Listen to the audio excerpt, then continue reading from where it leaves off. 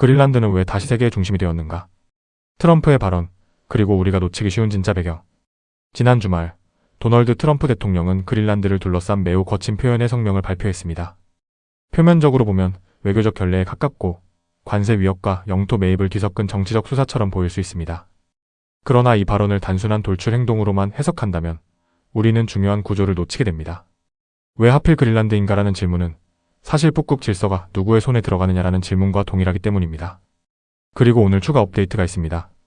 트럼프는 나토 사무총장 마르크 류터와의 회담을 근거로 2월 1일부터 예정됐던 유럽 8개국 대상 10% 관세 부과를 하지 않겠다고 밝혔습니다. 대신 그는 그린란드 및 북극 전반을 포괄하는 미래 합의의 프레임워크를 만들었다고 발표했습니다. 이 변화는 단순히 관세를 철회했다는 뉴스가 아닙니다. 관세가 목표가 아니라 거래를 끌어내기 위한 레버리지였음을 트럼프가 스스로 확인해준 사건입니다. 왜 하필 그린란드인가라는 질문에 대한 배경 지식과 전략적 맥락을 이해하는 데 도움이 되었으면 좋겠습니다. 1. 트럼프 발언 무엇을 말하고 있었는가? 트럼프의 발표문은 길고 감정적이지만 핵심 논지는 비교적 단순합니다. 그는 미국이 수십 년간 유럽 국가들을 관세 없이 보호해왔다고 주장하고 그 대가로 이제 덴마크가 그린란드를 넘겨야 한다고 말합니다. 그리고 협상 카드로 2월 1일 발효 예정이었던 유럽 8개국 대상 10% 관세를 끌어올렸습니다. 하지만 방금 전 발표에서 그 관세를 부과하지 않겠다고 밝혔습니다. 이유는 명확합니다. 관세를 실제로 걷는 것이 목적이 아니라 안보, 북극 프레임의 거래 틀을 만들기 위한 압박수단이었기 때문입니다. 트럼프는 이번 발표에서 다음과 같이 말했습니다. 나토 사무총장과의 회담을 바탕으로 그린란드 및 북극 전체에 관한 미래 합의의 틀을 만들었다. 이 합의가 성사되면 미국과 나토 모두의 큰 이익이다. 그 이해를 전제로 관세를 부과하지 않겠다. 그리고 그린란드와 관련된 골든돔 논의가 추가로 진행 중이다. 협상 책임자로 부통령, 국무장관, 특사 등을 지명해 자신에게 직접 보고하도록 했다. 표현은 과격하지만 여기서 중요한 것은 감정이 아니라 방향성입니다. 트럼프는 그린란드를 둘러싼 주권, 안보, 동맹의 균형이 흔들리고 있음을 공개적으로 드러냈습니다. 그리고 오늘 발표는 그 균형을 관세 안보 거래라는 구조로 공식화한 셈입니다. 그린란드 매입 논쟁은 갑자기 시작된 것이 아니다. 1867년 알래스카 바로 다음 단계. 1867년 미국은 러시아로부터 알래스카를 매입합니다. 이 사건은 단순한 영토 확장이 아니라 미국의 전략 시야가 북태평양과 북극 방향으로 확장되기 시작한 분기점이었습니다. 흥미로운 사실은 같은 해 미 국무부 내부 문서에서 이미 그린란드와 아이슬란드가 함께 검토 대상에 올랐다는 점입니다.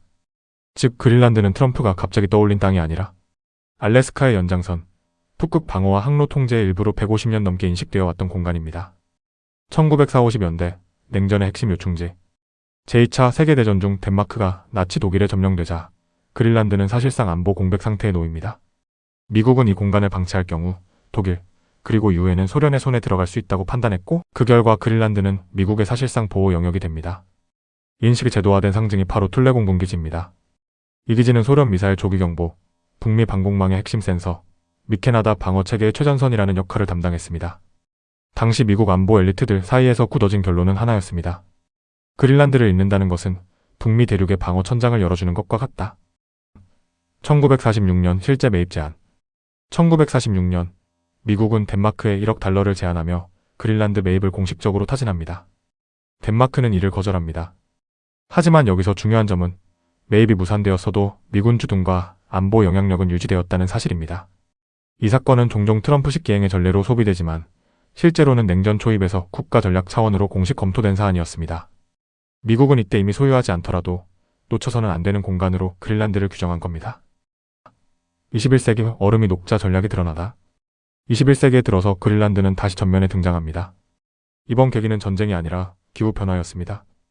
빙하가 줄어들면서 북극 항로가 현실적인 상업 군사 항로로 부상했고 히토류, 우라늄, 니켈 등 전략 자원의 접근성이 높아졌으며 해적 케이블과 에너지 인프라의 가치가 급증했습니다. 그린란드는 더 이상 멀고 얼어붙은 섬이 아니라 북극 항로의 관문, 자원 공급망의 잠재적 핵심, 미중러 전략 경쟁의 접점으로 제정이 됩니다. 1867년엔 알래스카의 다음 칸, 1940년대엔 북미 방어의 천장, 21세기엔 북극 질서의 스위치로 정리해볼 수 있습니다. 3. 왜 북극은 차세대 글로벌 전장이 되었는가? 안보 가장 빠른 길은 북극을 지난다. 극초음속 미사일과 대륙 간탄도 미사일의 공통점은 가장 짧고 빠른 경로가 북극을 통과한다는 점입니다. 탐지에 실패하면 대응 시간 자체가 사라집니다. 그래서 그린란드는 미사일 발사 조기 경보, 우주, 위성 감시, 북미항공우주방위사령부의 최전방 센서 역할을 맡고 있습니다. 중국 니어 아틱 스테이트라는 우회 전략. 중국은 북극 국가가 아닙니다. 그러나 스스로를 북극 인접 국가라고 선언합니다. 군사기지 대신 인프라, 항만, 해저 케이블, 광물 투자로 접근하는 방식입니다. 미국과 유럽은 이를 인프라에서 영향력 확대 그리고 종속의 경로로 해석합니다. 공항은 군용 전환이 가능하고 항만은 해군 보급 거점이 되며 해저 케이블은 정보통신 통제 수단으로 이어질 수 있습니다. 이 때문에 미국은 그린란드에서 중국의 민간 투자를 극도로 경계합니다.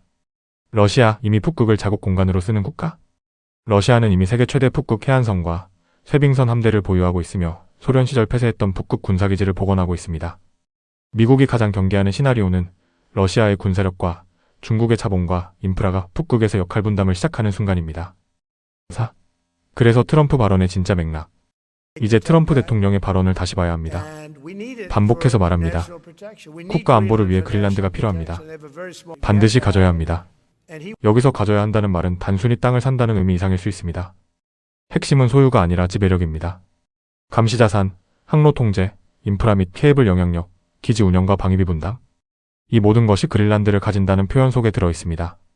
그리고 오늘 발표에서 그 의도가 한 단계 더 구체화되었습니다.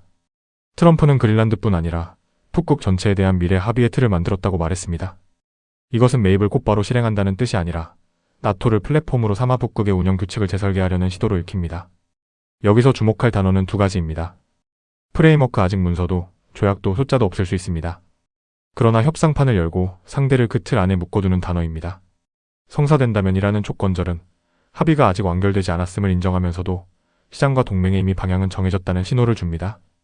또 하나, 그는 그린란드와 관련된 골든돔 논의가 진행 중이라고 했습니다.